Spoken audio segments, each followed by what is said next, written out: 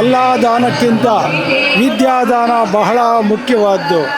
ಈ ವಿದ್ಯಾದಾನ ಮಾಡ್ತಾ ಇರೋದ್ರಿಂದ ಅವ್ರಿಗೆ ಲೋಕ ಕಲ್ಯಾಣಾರ್ಥವಾಗಿ ಈಗ ಇಲ್ಲಿ ಚಂಡಿಕಾ ಹೋಮ ಕೂಡ ನಡೆಸ್ತಾ ಇದ್ದಾರೆ. ಈ ವಿದ್ಯಾದಾನದಿಂದ ಜೊತೆಗೆ ಇಲ್ಲಿ ಅನ್ನದಾನ ಕೂಡ ನಡೀತಾ ಇದೆ.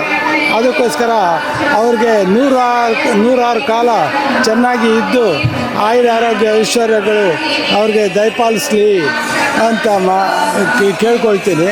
ಮತ್ತು ಈ ಯಾಗದಿಂದ ಮಳೆ ಬೆಳೆ ಎಲ್ಲ ಆದರೆ ಅದು ಬಹಳ ಸೌಖ್ಯವಾಗ್ತದೆ. ಜನಕ್ಕೆ ಮುಖ್ಯವಾಗಿ ಅನ್ನ ಮುಖ್ಯವಾಗಿ ಬೇಕಾಗಿರೋದು. ಅದಕ್ಕೋಸ್ಕರ ಈ ಅನ್ನ ಬೆಳೆಯೋದಕ್ಕೆ ಮಳೆ ರಾಯ ಬರಲೇಬೇಕು.